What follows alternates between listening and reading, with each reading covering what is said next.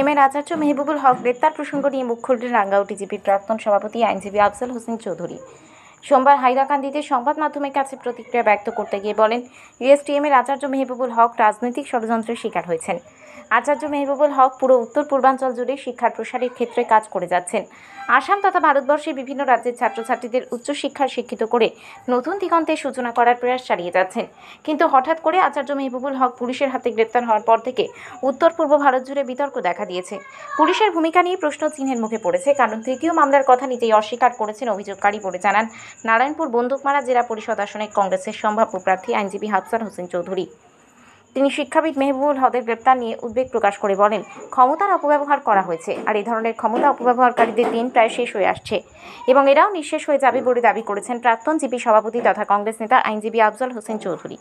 USTM এর আচার্য মেহবুবুল হক নিশ্চয়ই ন্যায় বিচার পাবেন এবং খুব শীঘ্রই খোলা আকাশের নিচে আসবেন বলে আশা প্রকাশ করেছেন নারায়ণপুর বন্দুকমারা জেলা পরিষদ আসনে কংগ্রেসের সম্ভাব্য প্রার্থী আইনজীবী আফজাল হোসেন চৌধুরী। এদিন অন্যান্যদের মধ্যে উপস্থিত ছিলেন হাইলাকান্দি জেলা কংগ্রেসের আইটি সেলের বাহারুল আলম চৌধুরী, নাইমুদ্দিন মজুমদার প্রমুখ। মেহবুবুল হক লস্কর সাহেব ইউএসটিএমের আচার্য তথা সমগ্র আসাম তথা নর্থ ইস্টের একজন শিক্ষা নিয়ে গবেষণা করা বা শিক্ষার যেটাকে অগ্রসর করে নেওয়ার জন্য একজন মহান ব্যক্তি আর কি বলা যায়, যে উনি শুধু নর্থ ইস্ট ইউএসটিএম নয়, সমগ্র আসামে এবং বিশেষ করে করিমগঞ্জ ডিস্ট্রিক্টে ওনার যে শিক্ষাক্ষেত্রে যেটা অবদান, এটা অবিস্মরণীয়। তো এখন দেখছি পাচ্ছি আমরা যে দিন থেকে ওনাকে একটার পর একটা কেস দিয়ে ওনাকে যেভাবে হেনস্থা করা হচ্ছে, এটা আমি মনে করি এটা পলিটিক্যাল কনস্পাইরেসি আর কি। পলিটিক্যাল কনস্পাইরেসি হচ্ছে ওনার সঙ্গে, যার জন্য এরকম ওনার সঙ্গে একটির বাদে একটি কেস মিথ্যা কেস দেওয়া হচ্ছে। আপনারা 3 নম্বর যেটা কেস দিয়ে ওনাকে মানে লাস্ট 3 নম্বর কেসে 2 নম্বর কেসের বেল পাওয়ার পর 3 নম্বর কেস যেটা দিয়া আপনারা নিশ্চয় সংবাদ মাধ্যমের মানুষ দেখতে পেয়েছেন যে ওনাকে গ্রেফতার করা হয়েছে। সেই কেস যিনি যে ছেলের বাবাকে দিয়ে গার্জিয়ানকে দিয়ে ছাত্রের গার্জিয়ানকে দিয়ে করানো হয়েছে, উনি নিজ মুখে স্বীকার করেছেন যে সেই থানার ওসি ওনাকে ডেকে নিয়ে বলপূর্বকভাবে সিগনেচার নিয়েছেন, যে উনি এভাবে কেস দিতে রাজি ছিলেন না। তো এটা থেকে স্পষ্ট যে ওনার বিরুদ্ধে গভীর পলিটিক্যাল কনস্পাইরেসি চলছে।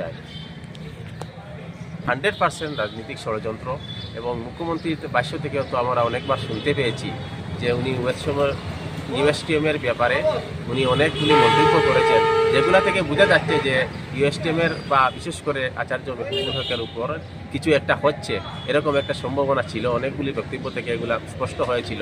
আর এখন যেগুলা হচ্ছে এগুলাতে এটা প্রমাণিত যে এটা পলিটিক্যাল কনস্পাইরেসি হয়েছে, এবং আমি আশা করি যে উনি খুব সহজেই এগুলা কেস থেকে বেল পেয়ে যাবেন। 2টা কেস থেকে পেয়ে গিয়েছেন অলরেডি, এবং 3 নম্বর যেটা কেস এটা থেকে পেয়ে যাবেন, এবং খোলা আকাশের নিচে খুব জলদি আসবেন, এবং সব সত্যটা উনি নিজে বাইর হয়ে সব সত্যকে উদ্ঘাটন করবেন।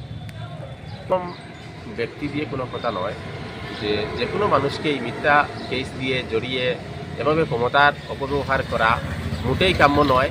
কেননা ক্ষমতাটা চিরস্থায়ী নয়, একদিন আজকে ক্ষমতা আছে, কালকে হয়তো আপনার ক্ষমতা চলে যাবে। সেই হিসাবে রাজধর্ম পালন করা প্রত্যেক মানুষের কর্তব্য। সংবিধানের শপথ নিয়ে যখন আমরা একদম পঞ্চায়েত প্রতিনিধি থেকে চিফ মিনিস্টার এবং ইভেন প্রাইম মিনিস্টার হই, তখন আমাদের সব ধর্মের সব মানুষকে সঙ্গে নিয়ে এই ভারতবর্ষের সংবিধান চলার অধিকার দিয়েছে, সবাইকে কথা বলার অধিকার দিয়েছে, ফ্রিডম এবং স্পিচের অধিকার দিয়েছে। সেই হিসাবে এরকম করে যেভাবে যেই সরকার করছে সেই সরকারের পতন নিশ্চিত, এবং আশা করছি এইভাবে যে সরকার বর্তমান আসামের মানুষের উপর যে অত্যাচার করছে, সেই হিসাবে আমি বলতে পারি যে ভবিষ্যতে ওনারাও আসাম থেকে নির্মূল হয়ে যাবে।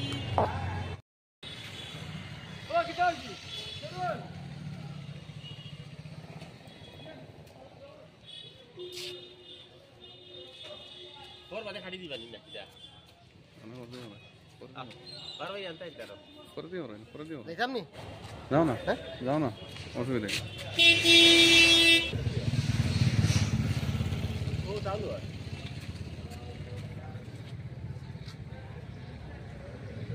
আমি যে সিস্টেমে করলাম আবু পারছি না আর কিছু, আমি চাই আর এখন নিজেতেই চাই আর পারলে ব্যবস্থা করে দাম